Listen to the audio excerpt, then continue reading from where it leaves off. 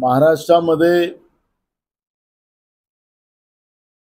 ज्या पद्धतीनं जातीवादी व्यवस्था निर्माण करण्याचा जो प्रयत्न एकनाथ शिंदे आणि भाजप प्रणीत सरकार करते आहे त्याचा सुरुवातीला मला निषेध करायचा आहे। आपण पाहिलं की काही गोष्टी अशा पुढे यायला लागल्या की शाळेतल्या मुला मुलींमध्ये सुद्धा आता ओबीसी वर्सेस मराठा या कोवळ्या मनावर रुजलेला आहे। हे पाप 2014 पासून भाजपनी या महाराष्ट्रामध्ये पेरलं आणि आता ते नवीन पिढीच्या मनामध्ये रुजत असेल तरी महाराष्ट्रासाठी गंभीर बाब आहे। त्याचप्रमाणे काल रात्री काळाराम मंदिरमध्ये नाशिकमध्ये ज्या पद्धतीनं दलितांच्या विरोधातले पत्रकार लिहिले गेलेत आणि एक प्रकारचं महाराष्ट्रामध्ये जी मानसिकता चातुर्वर्णी वर्गाला आणायची होती ती आणायचा काय प्रयत्न करतात आहे का? हा शाहू फुले आंबेडकरांचा महाराष्ट्र आहे। या महाराष्ट्रामध्ये ज्या पद्धतीने ही काही व्यूहरचना जी सुरू झालेली आहे भाजपची व्यूहरचना जी सुरू झालेली आहे हे कदापि चालणार नाही। हा महाराष्ट्र छत्रपती शिवाजी महाराजांचा महाराष्ट्र आहे, हा शाहू फुले आंबेडकर विचाराचा महाराष्ट्र आहे। या महाराष्ट्रामध्ये या पद्धतीचं जे काही वातावरण पसरवण्याचं काम सरकारमधले बसलेले लोक करत असतील तर याची गंभीर दखल काँग्रेस पक्ष घेणार। जी लढाई आम्हाला लढावी लागेल रस्त्यापासून तर विधानसभेपर्यंत ती आम्ही लढू, पण शाहू फुले आंबेडकरांच्या विचाराला कुठेही काळीमा लागणार नाही, कुठेही ते संपवण्याचा प्रयत्न होऊ नये याची काळजी आम्ही लोक घेणार आहोत। आपण पाहिलं की राज्यातलं सरकार फक्त टेंडर काढण्यामध्ये लागलेलं आहे। टेंडर काढा, कुठल्या कामामध्ये पैसे कुठं खाता येईल, भ्रष्टाचाराच्या सीमा या सरकारने ओलांडलेल्या आहेत। काल आम्ही तुम्हाला अटल सेतूचं देशाने पाहिलं की त्याला क्रॅक यायला सुरुवात झाली, ते म्हणतात ते नाही रस्त्याचं झालेलं आहे। रस्ता पाऊस पडलेला नाही, पाऊस पडला असता तर रस्ताच वाहून गेला असता अशी परिस्थिती आहे। आणि ही जी काही परिस्थिती आहे आज रस्ता व्हायला उद्या अटल सेतू वाहून जाईल अशी परिस्थिती त्या ठिकाणी। फक्त भ्रष्टाचार ही या सरकारची भूमिका आहे आणि त्यामुळे या लोकांना समजा महाराष्ट्रात पेशवाई आणायची असेल अजिबात महाराष्ट्रामध्ये आम्ही लोक पेशवाई आणू देणार नाही। काळाराम मंदिरातली घटना सुद्धा तेवढीच निषेधार्थ आहे आणि अशा पद्धतीच्या घटना या सरकारच्या आशीर्वादाने होत असतील तर सरकारने तातडीनं हे थांबवलं पाहिजे, ही भूमिका आमची आहे। जो कोणी ज्याने कोणी हे पाप केलं असेल त्याचं नाव त्यांनी पत्रकात नाव पण लिहिलं आहे, जो कोणी व्यक्ती आहे त्याला तर खऱ्या अर्थानं त्याला जी सजा असली पाहिजे ती फक्त जाऊन त्याला जमानत वापस अशी नाही सजा असली पाहिजे, त्याला तर कायम त्याला जेलमध्ये टाकलं गेलं पाहिजे अशा पद्धतीची भूमिका आमची आहे।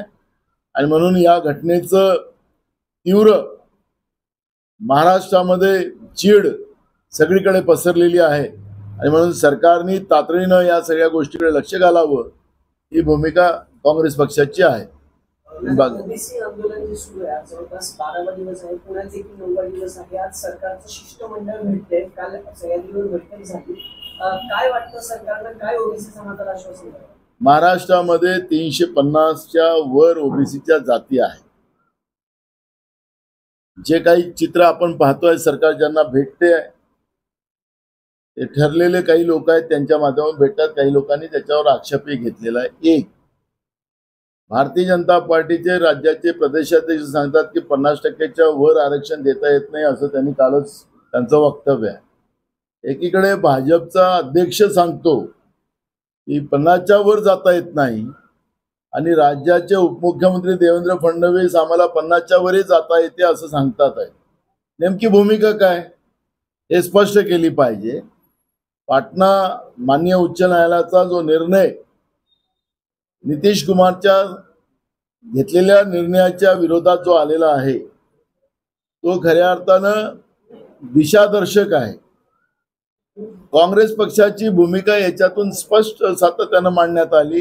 जी भूमिका आमचे नेते राहुल गांधीजींनी मांडलेली आहे की राष्ट्रीय सेन्सेस जिथपर्यंत होत नाही, प्रत्येक समाजाचा आर्थिक, सामाजिक, शैक्षणिक हा सर्वे होत नाही आणि 50% जे सिलिंग लावलेलं आहे ते सिलिंग आपल्याला जिथपर्यंत काढत नाही तिथपर्यंत या आरक्षणाच्या प्रश्नाला मार्ग निघत नाही, ही भूमिका राहुल गांधीजींनी मांडली. आणि म्हणून कालच्या पटना उच्च न्यायालयाच्या निर्णयाने ते सिद्ध केलेलं आहे. त्याच्यामुळे नरेंद्र मोदींचं सरकार केंद्रात आहे, राज्यात आहे आणि त्या दृष्टिकोनातून तातडीनं नरेंद्र मोदीजींनी जातीनिहाय जनगणनेची सुरुवात करावी, ही भूमिका आमची आहे. आमचं सरकार आलं असतं, राहुल गांधीजी देशाचे प्रधानमंत्री झाले असते तर आतापर्यंत हे सेन्सेसचा विषय सुरू झाला असता आणि हा जो मराठा ओबीसी वाद, धनगर आरक्षणाचे प्रश्न असतील, गोवारी समाजाच्या आरक्षणाचे प्रश्न असतील, आदिवासींचे प्रश्न असतील, या सगळ्या प्रश्नाला आपल्याला न्याय देता आला असता. पण बोलायचाच भात बोलायचीच कडी आणि सत्तेसाठी काही पण, ही जी भाजपची जी काही भूमिका आहे हे चेहरे आता स्पष्ट झालेले आहेत. आणि म्हणून भाजपच्या प्रदेशच्या अध्यक्षांनी केलेली कालची भूमिका आणि देवेंद्र फडणवीसांच्या भूमिकेमध्ये फार तफावत दिसते आहे. म्हणजे याचा अर्थ भारतीय जनता पार्टी महाराष्ट्राच्या ओबीसी, मराठा आणि आरक्षणाच्या प्रतिष्ठित असलेल्या जातींना फसवत आहे असं म्हटलं तर वावगं ठरणार.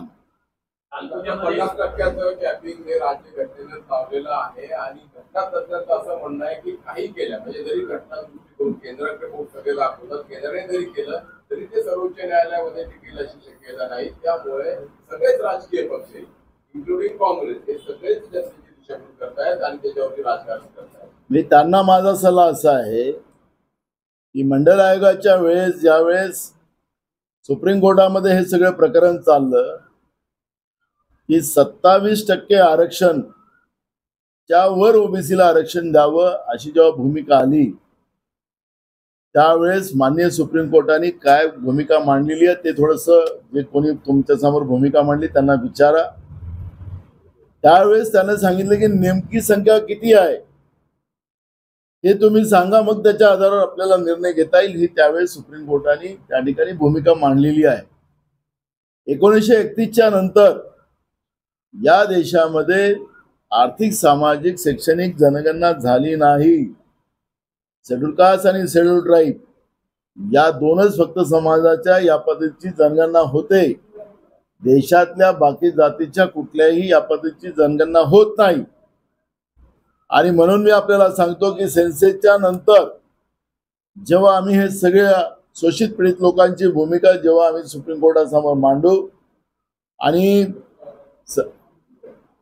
पार्लमेंटमध्ये त्याच्या आधारावर आम्ही कायदा तयार करू, त्यावेळेस सुप्रीम कोर्टालाही सुद्धा त्या पद्धतीची भूमिका घ्यावी लागणार आहे. संविधानामध्ये कुठेही 50%ची भूमिका मांडली गेलेली नाही. ज्यांनी कोणी मांडलं असेल तर त्यांना माझा प्रश्न आहे, असं कुठेही मांडलेलं नाही. जे मंडल आयोगाच्या वेळेस जी काही भूमिका मांडली होती त्यालाच घेऊन आम्ही चालतोय. त्याच्यामुळे आमची आणि त्याच्या सहानीच्या प्रकरणामध्ये काल पाटणाच्या उच्च न्यायालयामध्ये जी काही भूमिका मांडली ती सहानी प्रकरणात मांडलेली आहे. त्यामुळे मी तुम्हाला सांगतो घटनेमध्ये कुठे असं सिलिंग लावलेलं आहे, फक्त मंडल आयोगाच्या ह्याच्यात आणि सहानी प्रकरणामध्ये जे काही सुप्रीम कोर्टाने निर्णय दिलेला आहे त्याच्या आधारावर हे चाललेलं आहे. आणि म्हणून जातीनिहाय जनगणना, सेन्सेस हेच या देशातलं आता मूळ प्रश्न राहिलेला आहे. त्या माध्यमातून हे सगळे प्रश्न सुटू शकतात, ही भूमिका आमची आहे आणि राहणार आहे. पवार साहेब कार्यकर्त्यांना मार्गदर्शन करताना म्हणाले की लोकसभेमध्ये आपण एक पाऊल मागे घेतलं होतं, पण विधानसभेमध्ये आपण जास्त जागा लढवणार आहे. महाविकास आघाडीमध्ये नेमका जागा वाटपाचं सूत्र काय असणार आहे? काही वेळापूर्वी संजय राऊत असं म्हणाले की महाविकास आघाडीमध्ये समसमान जागा वाटप मिळायला हवं. बघा, प्रत्येक पक्षाच्या नेत्यांना आपल्या कार्यकर्त्यांच्या समाधानासाठी आपल्या आपल्या पद्धतीचं वक्तव्य करावं लागतं, हे सगळ्यांनाच मान्य आहे. पवार साहेब 1 पाऊल मागे झाले, आम्ही 3 पाऊल मागे आलो.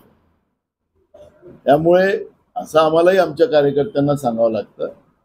ज्यावेळेस आम्ही सगळेजण एकत्रित बसू त्यावेळेस आमचा सगळ्यांचा उद्देश एकच आहे की महाराष्ट्रातलं हे पेशवाई आणणार विचाराचं जे सरकार आहे, एकनाथ शिंदे, अजित पवार, भाजप, देवेंद्र फडणवीस, या सरकारला परास्त करणं हा आमचा एकमेव उद्देश आहे आणि आम्ही बसून त्यामध्ये निर्णय करू. त्यामुळे भाषणं आणि महाविकास आघाडीच्या प्रमुख लोकांची झालेली मीटिंग याच्यातला खूप फरक आपल्याला पाहायला मिळेल. समान जागा वाटप होईल. मी त्याच्यावर चर्चा करत नाही ना.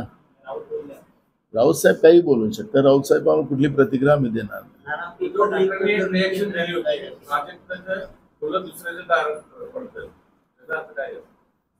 उद्धव साहेब बोलण्यामध्ये फार चांगले आहेत, ते बोललेत. त्यामुळे त्यांच्याबद्दल मी काय ते बोललेत, त्याच्याबद्दल मी काय बोललं पाहिजे. नीटच्या परीक्षेच्या गोंधळानंतर पेपर लीकचा अध्यादेश काढलाय केंद्र सरकारने आणि सध्या 10 वर्ष 3 लाख दंड असं सगळं घोटाळा झाल्यानंतर होणार आहे. उशिरा आलेलं शहाणपण आहे. उशिरा आलेलं शहाणपण आहे. आपण नीटच्या एक्झामचं जे सरकारने 10 वर्षाचा दंड वगैरे ठोकावलेला आहे, पण हे सगळं जे कांड झालेलं आहे ते भाजपप्रणीत राज्यात झालेलं आहे, हे त्याच्यातलं विशेष आहे. आणि म्हणून याला सूत्रधारच कोण आहे नेमकं, कारण की साधूला फाशी म्हणजे संन्यासाला फाशी आणि डाकूला मंत्रिमंडळात, अशा पद्धतीचं जे चित्र आता आपण मोदी सरकारमध्ये पाहतोय, अनेक राज्यात पाहतोय भाजपच्या, हे होता कामा नये. त्याला कायदा बना, अध्यादेशाने नाही चालणार. कायदा करा. या अधिवेशन आता चालू होते 24 पासून. या अधिवेशनामध्ये या पद्धतीचा कायदा त्यांनी आणावा. नुसत्या अध्यादेशाने हे चालणार नाही, ही भूमिका आमची आहे.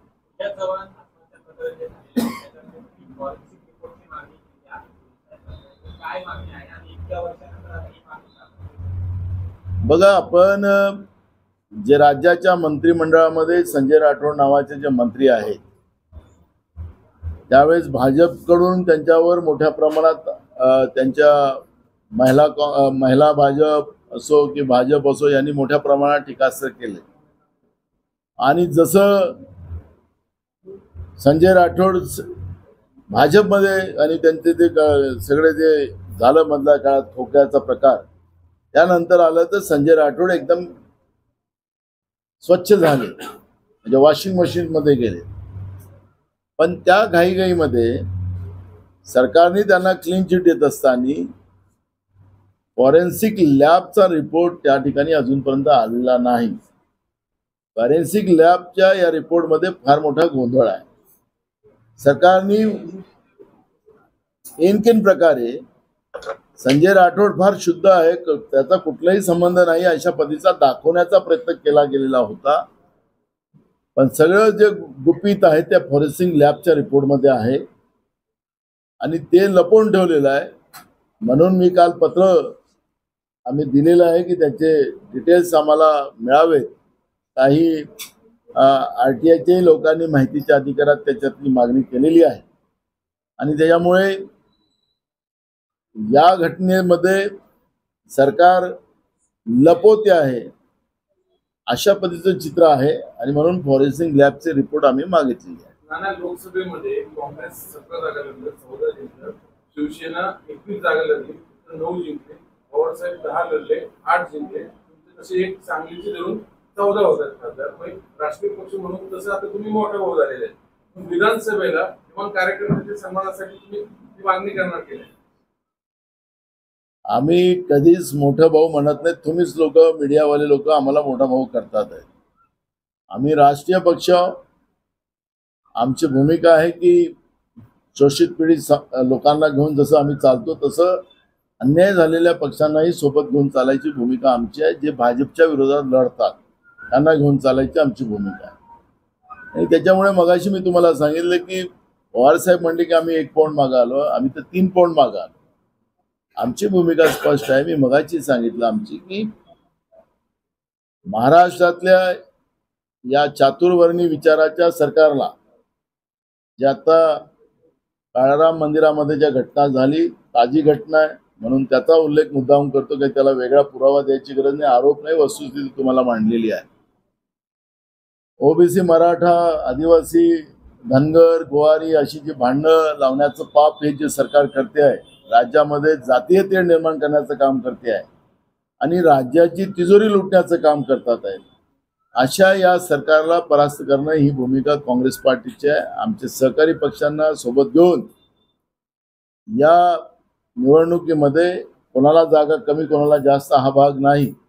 मेरिटच्या आधारावर निर्णय घेऊन आम्ही महाराष्ट्रामध्ये बहुमताचं सरकार महाविकास आघाडी म्हणून आणण्याचा आमचा प्रयत्न आहे. दादा, विधानसभा निवडणुकीच्या पार्श्वभूमीवर 25 जूनला दिल्लीत तुमची बैठक ठरली राहुल गांधी आणि सर. काय त्या बैठकीत रणनीती ठरवण्यात येणार आहे? विधानसभेच्या पार्श्वभूमीवर कुठली चर्चा होईल? बघा, आता हायकमांडनी आम्हाला विधानसभेच्या निवडणुकीचा अजेंडा देऊन आम्हाला बोलावलेला आहे. आता नेमकं विषय त्या ठिकाणी काय येतात त्याची चर्चा काय होते आणि काँग्रेस पक्षाने येणाऱ्या विधानसभेत काँग्रेस पक्षाची भूमिका काय राहणार आहे ती आम्हाला 25 तारखेला कळणार आहे. त्यामुळे त्याच्यावरची चर्चा आता करणं काही बरोबर राहणार नाही. पुण्यात आला तुम्ही म्हणलात की लोकसभेचा पराभव जिव्हारी लागलाय.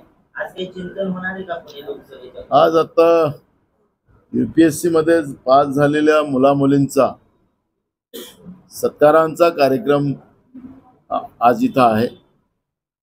मी ज्यावेळेस विधानसभेचा अध्यक्ष होतो त्यावेळेस मी एक नवीन आयाम या महाराष्ट्रामध्ये उभा केलेला होता. जवळपास त्यावेळेस 89 मुलं मुली महाराष्ट्रामध्ये UPSC परीक्षेमध्ये पास झाले होते आणि विधानसभा अध्यक्ष म्हणून त्यांचा एक सत्कार विधानसभेच्या सेंट्रल हॉलमध्ये घेण्याचा निर्णय घेतला आणि तिथं आम्ही 89 मुलामुलींचा एक सत्कार आयोजित केला. राज्याचे मुख्यमंत्री उपमुख्यमंत्री सगळ्यांना आमंत्रित केलं होतं. राज्याचं मंत्रिमंडळ आम्ही आमंत्रित केलं होतं. तो काळ कोरोनाचा होता.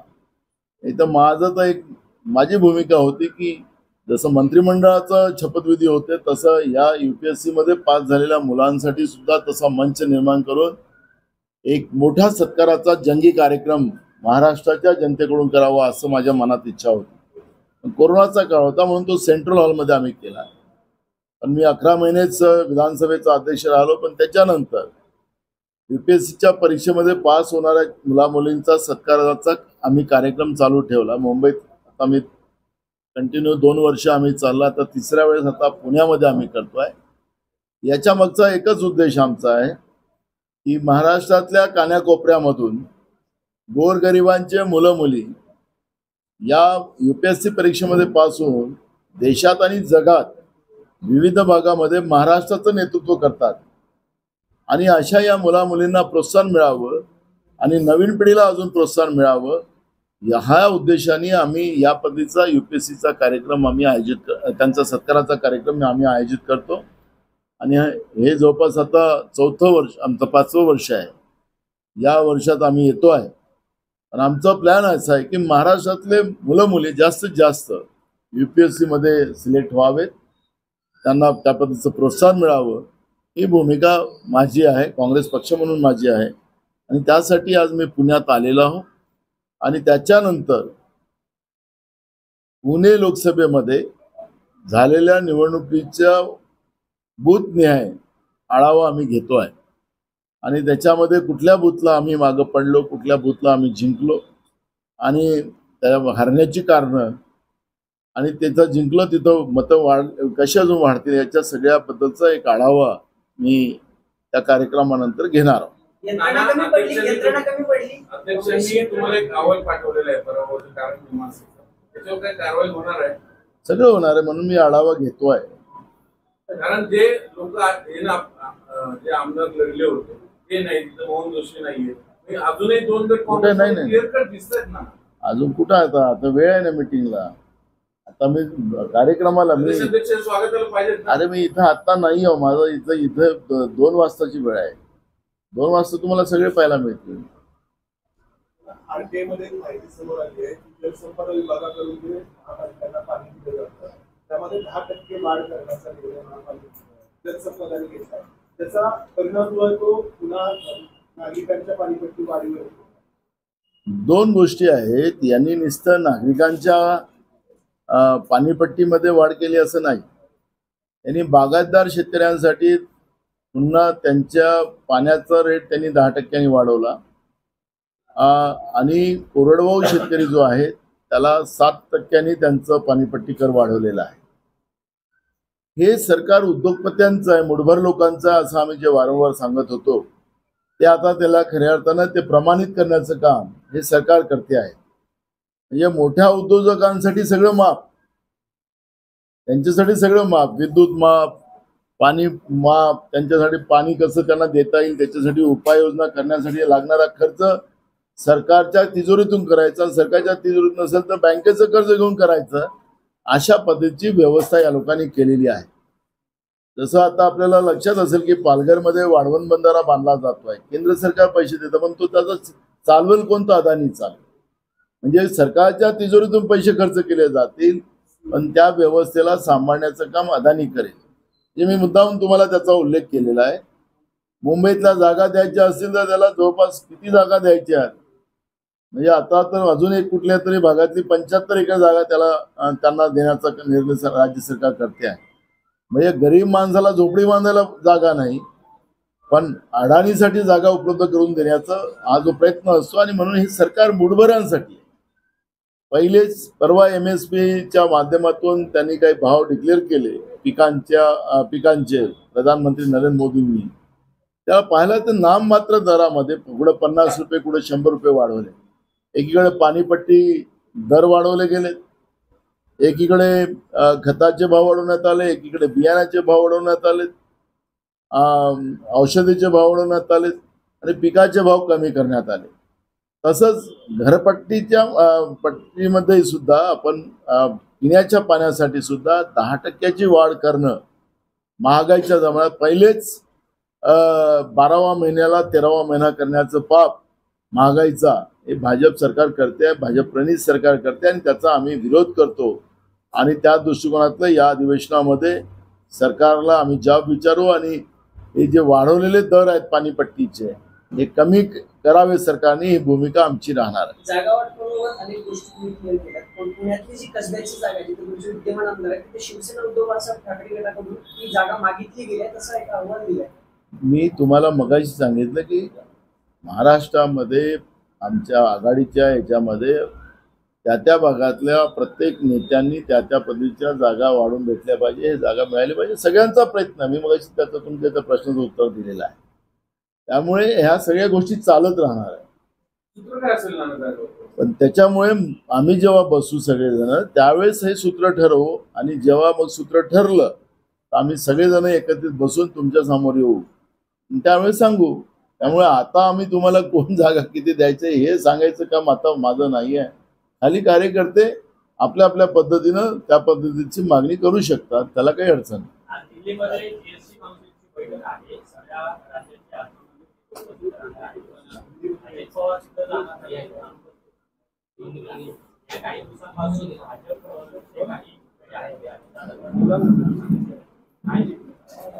बघा महायुतीमध्ये महाभारत चाललेलं आहे हे आपल्याला सगळ्यांना माहिती आहे. त्याच्यामुळे मी फार त्यांच्यावरची प्रतिक्रिया द्यावी मला काही कारण नाही आहे. त्यांनी संसार कसा चालवायचा तो त्यांचा प्रश्न आहे, त्याच्याकडे मला जायची गरज नाही. एक हिंदी में कल आप जो रिपेयर देखने जो आप रोड डैमेज हुआ है अटल सेतु का वो देखने गए थे उसमें एक अपडेट अभी ऐसी है कि वहाँ पे रिपेयर वर्क शुरू हो गया है. आपके आमची व्हिडिओ बातमी आवडल्यास लाईक, शेअर आणि समांतर चॅनलला सबस्क्राईब करायला विसरू नका.